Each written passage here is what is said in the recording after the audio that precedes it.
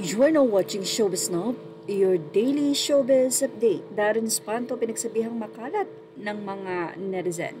Ito'y matapos aminin sa Fast Talk na si Kaylin Alcantara ay kanyang puppy love. Si Cassie Legazpi naman ay kanyang special friend or best friend forever. Si Jillian Wards naman ay isa daw sa kanyang crush. Yan ang naging pahayag nitong si Darren Espanto matapos siyang ma-interview sa Fast Talk ni Boy Abunda kung saan nag-promote din siya ng kanyang nalalapit na konsyerto. Nag-viral nga kasi sa social media ang naging interview ni Darren Espanto kung saan doon nilinaw niya na best friend talaga. Mahirap man i-explain pero yun ang masasabi niya sa relasyon nila ni Cassie Legazpi, ang pagiging mag-best friend nito.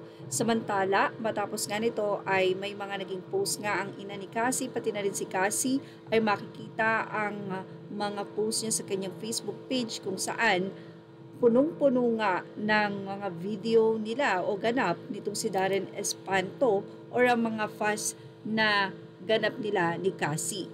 Pero ayon naman kay Darren, nagulat siya at nagsalita naman ang ina nitong si Cassie na si Carmina na kung may problema nga lang daw, just tell them.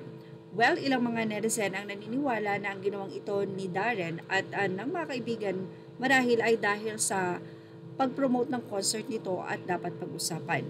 Pero hindi naman ito nagugustuhan ng ilang netizen. Say nga nila, so gets na kung bakit irritable si Cassie at si Madir kay Kaylin during Mavi and Kaylin relationship. Kasi nga, naging si Darren at Kaylin. Lalong maiinis siyang si Cassie kasi si Kaylin inaming naging jowa siya hanggang special friend. Asado ba yan o bola-bola? Kaya never naging peaceful whatever they're together with the fam kasi nga hindi maalis sa isip ni Cassie na may pass yung dalawa. Kasi nungalingan naman niyang ipaninira mo kay Cassie. Ang dami nilang pics na magkakasama silang apat, si Mavi at Kaylin, Darren at Cassie.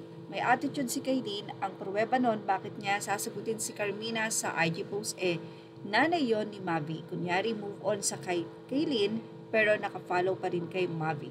Nag-aantay yata na balikan in your dreams. So, yan po ang naging say pa ng mga netizen matapos nga pag-amin nitong si Darren Espanto, nagkaroon sila ng special relationship or naging sila nitong si Kaylin Alcantara. Yung mag-ina lang naman kasi ang pinapalabas na sila ni D, actually pati yung father posting stolen pics ni DNC. Bakit nga fans ni Darren ang hiling i-ship siya sa lahat ng girls?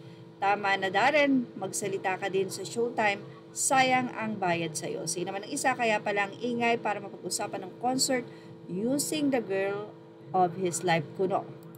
Well, ano pa sa inyo about dito mga ka-showbiz natin dyan? Soon po ay papakita muli si Madam Snap sa inyo. Ayan ang ating Showbiz Snap update. Images are all credit to the rightful owners and thank you for watching Showbiz Now.